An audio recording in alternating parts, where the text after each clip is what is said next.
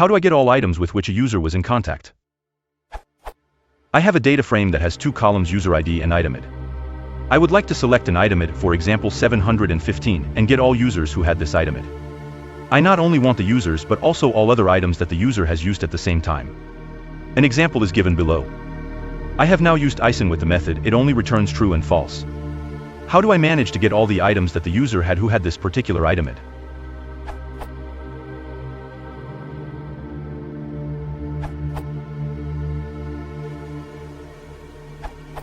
What I want. You could use ISIN twice, first to get users associated with 715, the second ISIN is to filter for those users.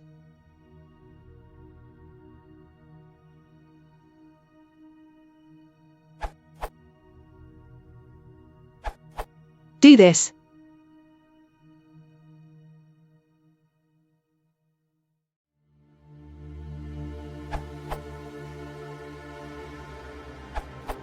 In just one line of code.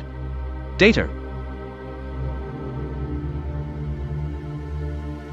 df.head, 7 hash first 7 rows.